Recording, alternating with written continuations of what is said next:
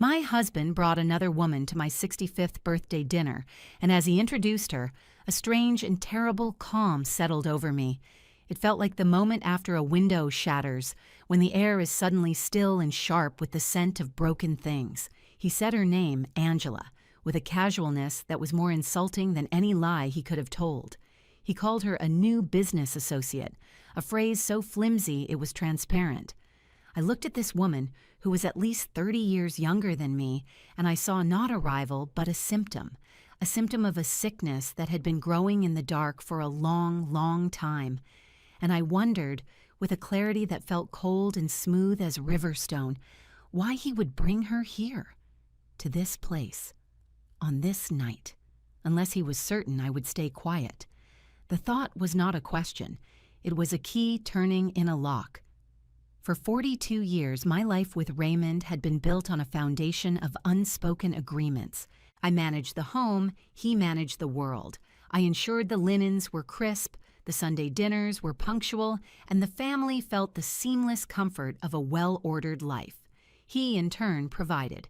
Carter Logistics, the company we built from a single-used truck and a dusty office in the back of my father's garage, had become his domain. In the early years, I was the one balancing the books, my fingers smudged with ink from the ledgers, my mind sharp with the numbers that told the true story of our progress. But as the business grew and our children grew, my role shifted. Raymond hired a proper accountant, Mr. Jenkins, and I gradually stepped back. He'd framed it as a gift. "You've done enough, Dolores Ann," he'd said, his hand on my shoulder. "Time for you to enjoy the fruits of our labor." I did enjoy them. Our home in the West End of Charlotte was my sanctuary. It was a solid brick house with a wide front porch where you could sit on a summer evening and hear the sounds of the neighborhood settling down for the night. My gardens were my pride, the soil dark and rich under my fingernails. I knew the life cycle of every rosebush, every patch of black-eyed Susans. Control, I suppose, has always been my comfort, not control over people, but over patterns. Over the small, meticulous details that add up to a life of substance and grace. I knew how to set a table for 20 without a single fork out of place. I knew how to anticipate a guest's needs before they even realized they had one. For years, I had applied that same meticulous attention to our marriage. I thought I knew its patterns, too. The first tremor was small enough to ignore. It was a charge on our joint credit card statement 6 months ago.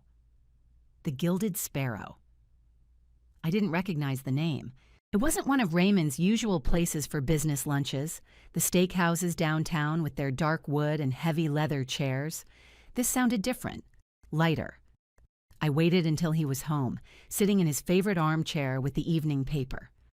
"Raymond," I began, holding the statement, "what's this charge for the Gilded Sparrow?" He glanced up, his eyes skimming over the paper in my hand. He didn't take it. "Oh, that. A client meeting. New investors. You know how it is. You have to take them somewhere impressive." "I've just never heard of it," I said. My voice was mild. It was just a question. "It's a new place over in South Park. Very fancy." He folded his paper with a decisive snap, placing it on the ottoman. "Trying to land the Piedmont account. It's a big one." He smiled then, the easy, charming smile that had always been his greatest asset. "Don't you worry your pretty head about it, Dolores. I've got it handled." I let it go. For decades, "I've got it handled" was the end of the conversation. It was the signal that my part was done, that I should return my attention to the gardens, to the menu for Sunday dinner, to the things that were my domain. But the phrase, which once felt like a comfort, now felt like a closed door. Still, I said nothing more. A single charge was not a pattern. It was just a detail. But then it appeared again the next month, and the month after that. The Gilded Sparrow. And it was always accompanied by other similar charges. A boutique called Elysian Threads. A high-end jeweler I'd only ever seen in magazines. These were not business expenses. I knew the scent of a legitimate business expense the way I knew the scent of rain on hot asphalt. This was something else. This was a different life, being paid for out of the account that was supposed to belong to us. Grief makes people very easy to persuade, and I was still grieving. My mother had passed away the year before, and the world had felt tilted ever since.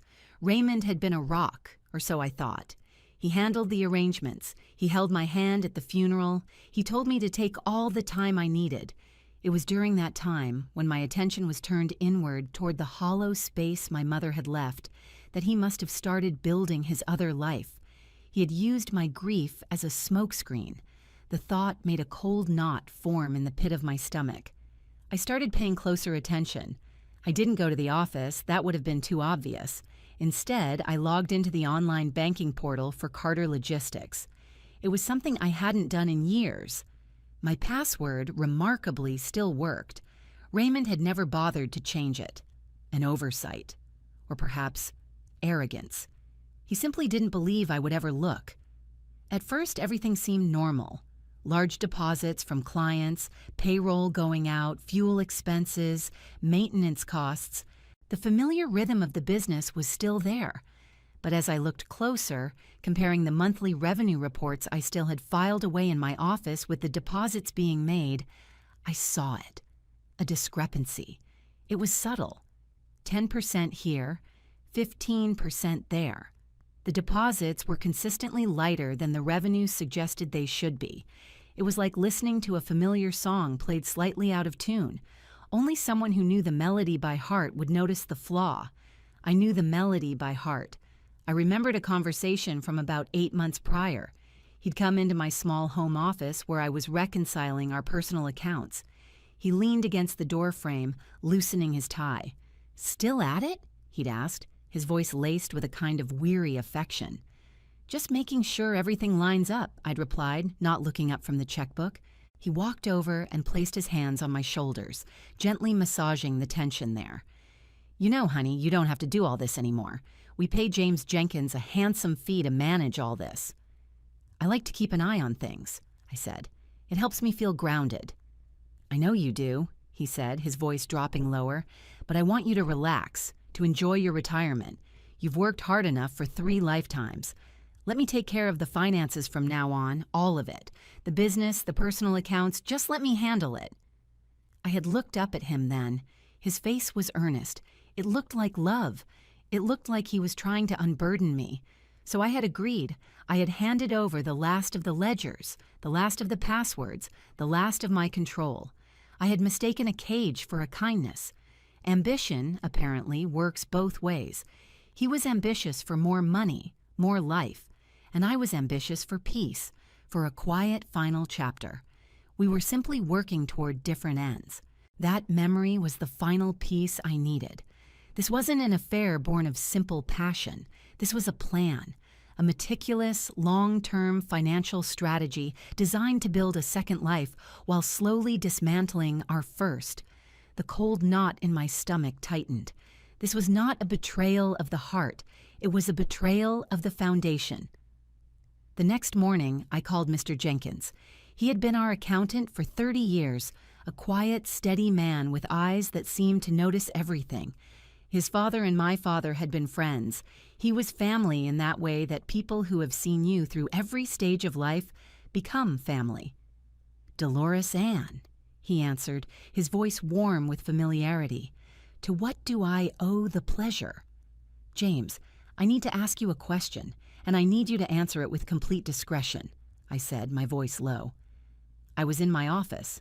The door closed. The warmth in his voice was immediately replaced by a professional caution. "Of course. What's on your mind?" "I was looking over the revenue reports for Carter Logistics for the past 6 months," I began, choosing my words with care. "And then I was looking at the deposit summaries. They don't seem to align perfectly." I paused. Am I missing something? Is there a new accounting method Raymond has implemented that I'm not aware of? I did not accuse. I presented it as a problem of my own understanding. There was a long silence on the other end of the line. I could hear the faint hum of his office computer. "The revenue and the deposits should align, Dolores," he finally said, his voice very careful. "There haven't been any changes to our methods." "That's what I thought," I said quietly. The deposits seem light, consistently. Not by a lot, but by enough to create a pattern. I heard him sigh, a soft exhalation of air. He knew what I was asking, and he knew the implications. Raymond has been handling the deposit consolidations himself for the last several months, he said. He told me it was to free up my time for the quarterly tax planning. I see, I said. The door Raymond had closed was now visible to me. He hadn't just asked me to step away, he'd maneuvered his accountant away too. James, would you be able to look into something for me? Quietly. I need to know where that missing percentage is going. Dolores, he started, and I could hear the hesitation, the conflict. His loyalty was to the business, and the business was, on paper, both of us. But it was Raymond who signed his checks. James, I said, my voice firm but not unkind. I have been a part of this business since the day we bought that first flatbed. I know its rhythms. Something is wrong. I am not asking you to betray a confidence. I am asking you to do your job, to ensure the financial integrity of the company you represent. My company. Another silence. Longer this time. Let me see what I can find, he said at last. I'll have to cross-reference the client payment records with the deposit slips. It will take a day or two. Thank you, James, I said. I appreciate your discretion. 2 days later, he called back. His voice was different. All professional caution was gone, replaced by a grim certainty. Dolores, we need to talk, he said without preamble. Can you come to my office? I'm on my way. His office was in a small, unassuming brick building downtown. The air inside smelled of paper and weak coffee. He closed the door behind me and gestured for me to sit. He didn't sit behind his large desk, but took the chair opposite me, creating a sense of alliance rather than consultation. It's exactly as you suspected, he said, his hands clasped on his knees. There's a clear pattern. A portion of the incoming checks, specifically checks from out-of-state clients, the ones less likely to be tracked on a daily basis, are being deposited separately. My chest felt tight, as if a band were being slowly cinched around it. Separately where? He slid a single sheet of paper across the small table between us. It was a list of transactions, dates, check numbers, and amounts. Beside them was a notation. Transfer to Premier Trust, account number 5039. He set up a secondary business account at a different bank, Mr. Jenkins explained, under his name only using the Carter Logistics tax ID. He's been skimming, funneling a percentage of the revenue into that account before the rest gets deposited into our primary operating account at Truist. He looked at me, his expression a mixture of anger and pity. It's clean, meticulous even. The amounts vary just enough to avoid automated flagging. Over the last 8 months, Dolores, it's a significant sum. I looked at the numbers on the page.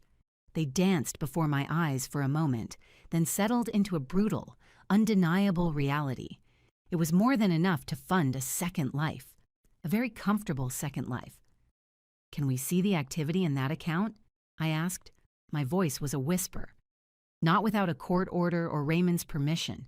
Since your name isn't on it, he trailed off, letting the implication hang in the air. So we know the money is going out, I said, thinking aloud, but we can't prove where it's going. Not from my end, he confirmed. Dolores, this is serious. This is embezzlement. You need to speak with an attorney. I will, I said, my mind racing. But first, I need to know more. I need to see the other side of the wall. I stood up. My legs felt strangely steady. The shock was turning into something else, something cold and hard. It felt like purpose. Thank you, James. You've done more than enough. He stood as well. What are you going to do? I'm going to go to the bank, I said. The next step was a risk. I went to our primary bank, Truist, where I had an appointment with a vice president named Maria Albright. She was a sharp young woman who had handled our business accounts for the past few years. I had made sure to cultivate a relationship with her, sending a card every Christmas, asking about her children. I was counting on that relationship now. I sat in her office, the same one where Raymond and I had signed the papers for the loan that allowed us to expand our fleet 10 years ago. I had Mr. Jenkins on my phone, on speaker. a silent partner in the room. "Maria, thank you for seeing me on such short notice," I began. "Of course, Dolores. What can I do for you? Is everything all right?"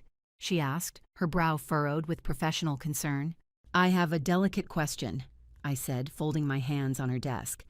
"As you know, Carter Logistics makes regular electronic transfers for a variety of operational purposes. I need to verify the destination of a recurring series of transfers." "Certainly. Do you have the account numbers?" I slid the paper Mr. Jenkins had given me across the desk. "The transfers are originating from our primary operating account. They are going to this account at Premier Trust." She typed for a few moments, her nails clicking softly on the keyboard. Her expression was neutral. "Yes, I see them. A series of transfers going back to last autumn.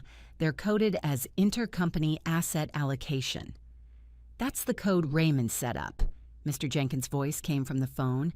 "It's a standard business code. Wouldn't raise any flags." "And is there any way," I asked, leaning forward slightly, "to confirm the name on the destination account? For our records, of course. We're doing an internal audit." Maria's eyes flickered from her screen to me. I could see the wall of bank policy rising in her mind. "Dolores, you know I can't disclose information about an account at another institution, especially one that isn't yours." "I understand completely," I said, my voice calm and reasonable. "But you see, my husband, Raymond, set up these transfers. He's been unwell. His memory is not what it once was. He can't seem to recall the details of this account, and our accountant, Mr. Jenkins, who is on the line with us, has no record of it." I let the lie settle in the air. It was a kinder lie than the truth. "We are concerned that the assets have been misallocated. As co-owner of Carter Logistics, I have a fiduciary duty to protect the company. We just need to confirm that the destination account is, in fact, registered to the business." I held her gaze. I did not blink. I was not a frantic, emotional wife. I was a concerned business owner performing her due diligence. Maria hesitated. She glanced at the phone, then back at me. Mr. Jenkins spoke up. "Ms. Albright, this is James Jenkins. As CPA of record for Carter Logistics, I can confirm that this audit is essential for our quarterly reporting. We simply need verification of the registered name on the receiving end for our files. We have reason to believe there may have been a clerical error in the setup." The combination of my calm demeanor and his official request was enough. She was not giving us account details, merely confirming a name. It was a small breach of protocol, cushioned by the context of helping a long-time client. She sighed softly and typed again. "The account at Premier Trust. It's a personal checking account, not a business account." She paused. "It's registered in one name only." My throat was dry. "And that name is Raymond Carter." The air left my lungs in a silent rush. There it was. The entire architecture of his betrayal, laid bare in the cool, sterile air of a bank office. It was one thing to suspect. It was another to know. "One more thing, Maria," I said, my voice barely a whisper. "Are there any pending transfers scheduled to that account?" She clicked a few more times. "Yes, there is one. For a much larger amount than the previous ones. It's scheduled to go through in 5 days." 5 days. That was the deadline. He was planning his exit. This wasn't just a parallel life. It was a replacement life. He was stripping the company we had built together, preparing to leave with the spoils, and leaving me with the shell. "Maria," I said, my composure returning, a cold wave washing over the shock. "I need you to do something for me. I need you to place a hold on all outgoing transfers from any Carter Logistics account. Effective immediately, it will require 2 signatures to release the hold, mine and Mr. Jenkins's." She looked at me, and in her eyes I saw that she finally understood. The professional concern was replaced by a flicker of human empathy.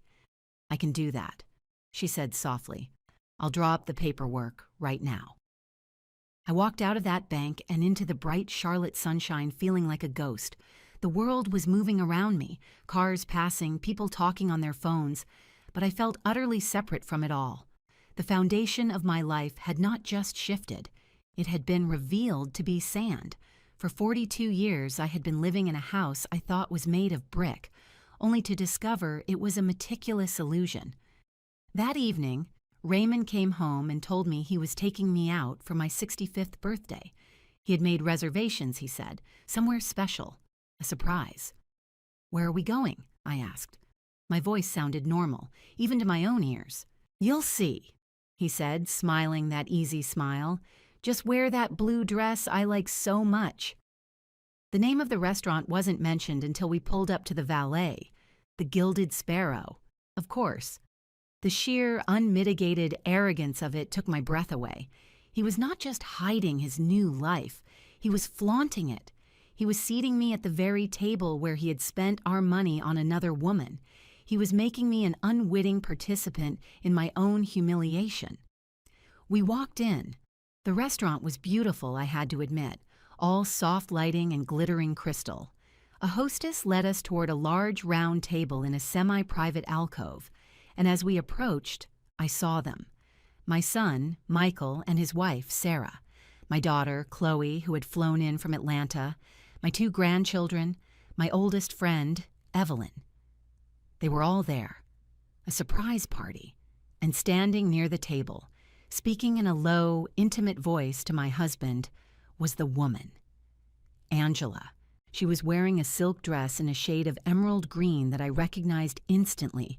It was from Elysian Threads. I knew this because I had seen the charge for $1,200 on the secret bank statement Mr. Jenkins had finally managed to obtain a single page of through a contact at Premier Trust. Raymond saw me looking. He put his arm around my waist, a gesture of performative possession.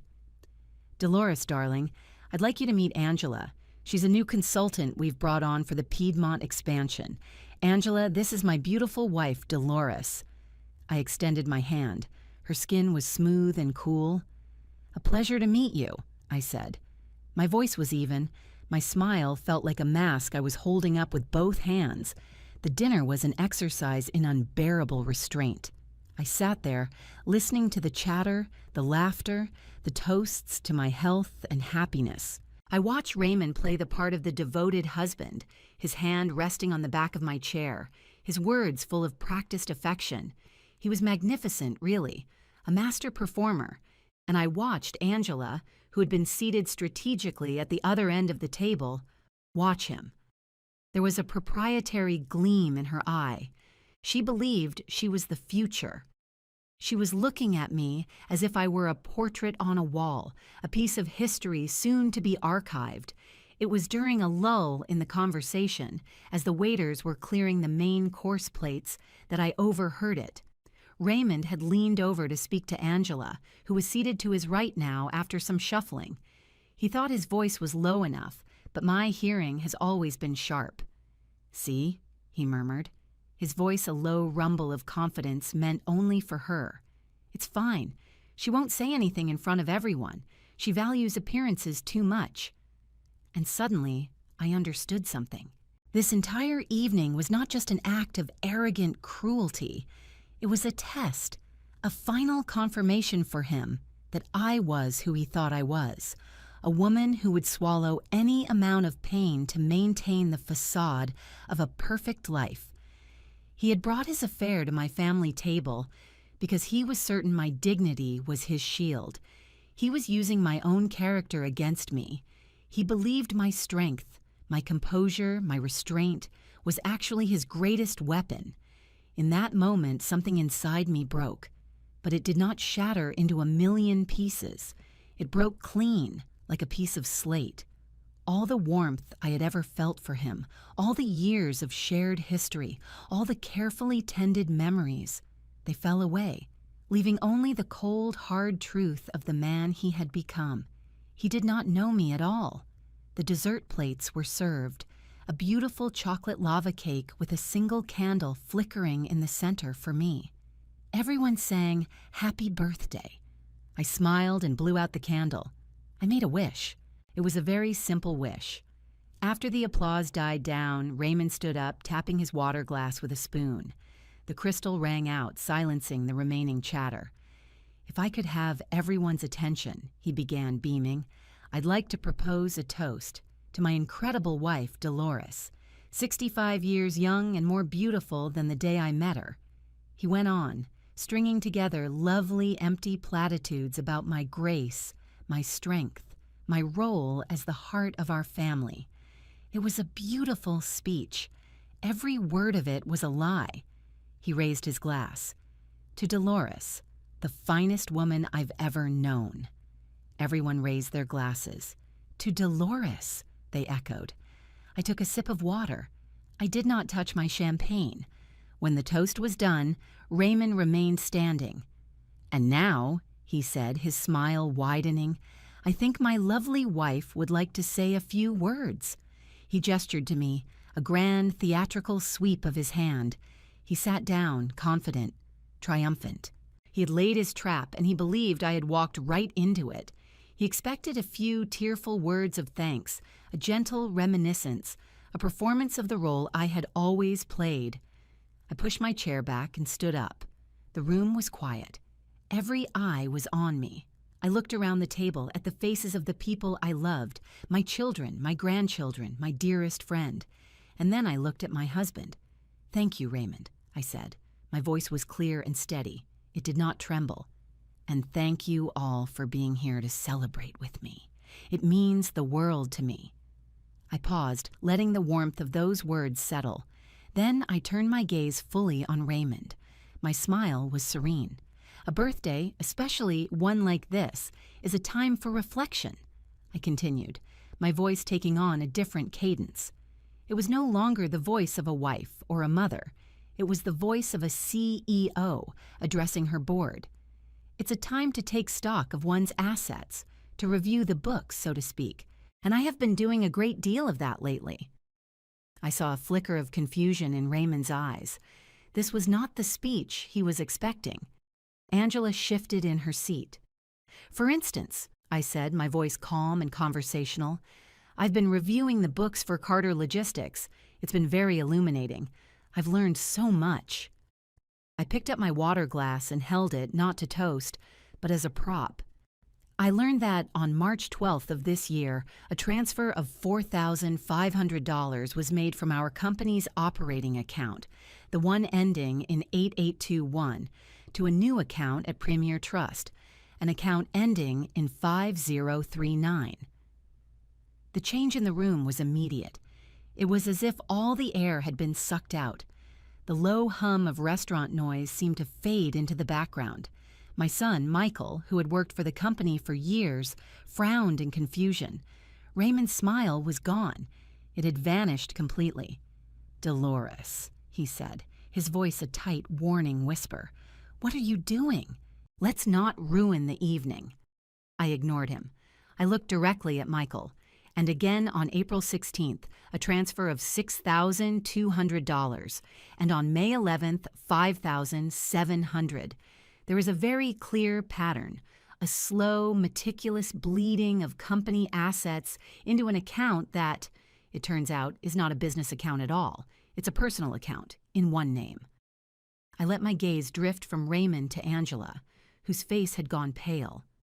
"That second account," I continued, my voice still perfectly level, "has been quite active. It's been funding a rather expensive lifestyle. It paid, for example, for the first and last month's rent on a lovely 2-bedroom apartment in South Park. Rent is $3,800 a month, for those of you keeping score at home." A soft gasp came from my daughter-in-law, Sarah. My daughter Chloe's eyes were wide with disbelief. Raymond looked like he had been turned to stone. That account also paid for several lovely dinners right here, at this very establishment, a place I had never been to until tonight, but which, I now know, was paid for with money I helped earn. I took a slow sip of my water. I set the glass down with a soft click that sounded like a gavel in the dead silence. And it paid for some beautiful clothes. from a boutique called Elysian Threads.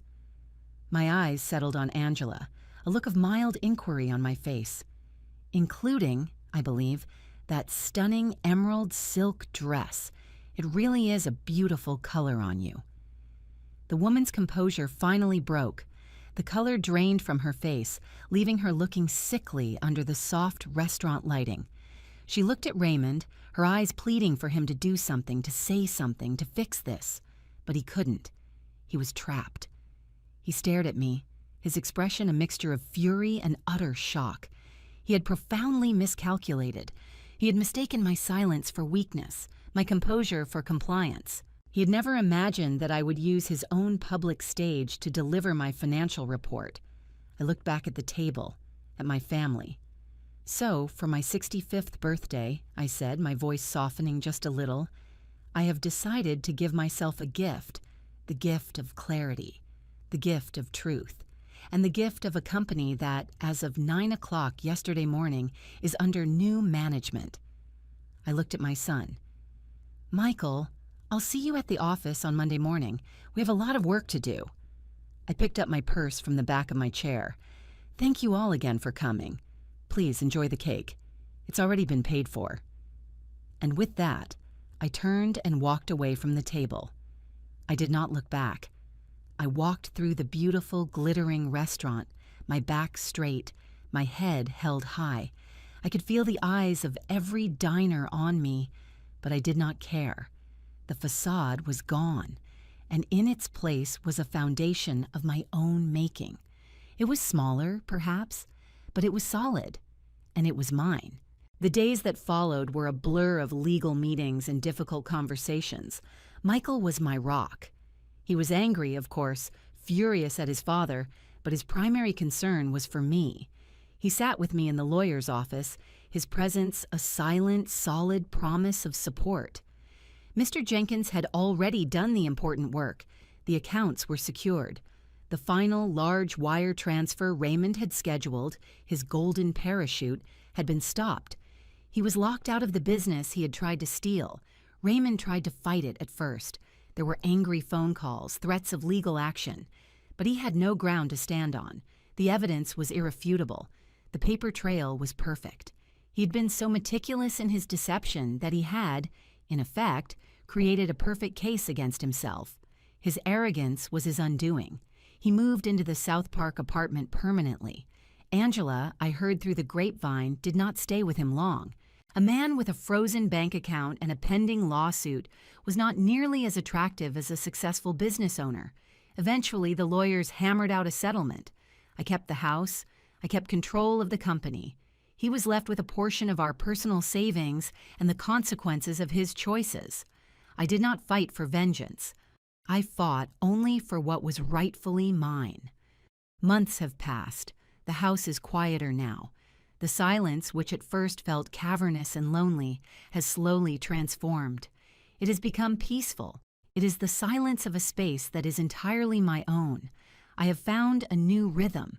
I wake with the sun and spend the early morning in my garden. The roses have never been more beautiful. Then I go to the office. Michael and I are running Carter Logistics together. It turns out that the skills required to manage a banquet for 200 are remarkably similar to those needed to manage a fleet of trucks. It is all about patterns, precision, and anticipating problems before they arise. The business is thriving. I had forgotten how much I enjoyed the work, the clean satisfaction of a balanced ledger, the hum of a company running smoothly. Sometimes, in the quiet of the evening, I think about Raymond. I do not feel hatred. Hatred is a fire that consumes the person who holds it, and I have no intention of burning. What I feel is a kind of distant, sorrowful pity. He was a man who spent his life building something, only to decide in the end that he would rather be a thief in his own house. He traded a legacy for an illusion, and the illusion faded, leaving him with nothing. I have learned that the foundations of our lives are not always what they seem. Sometimes the brick we believe we are standing on is merely a carefully painted backdrop, and when it falls, we have two choices. We can crumble with it, Or we can see the open space as an opportunity to build something new, something smaller, perhaps, but something true, something that belongs to no one but ourselves.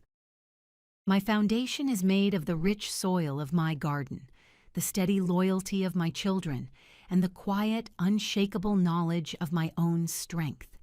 It is more than enough,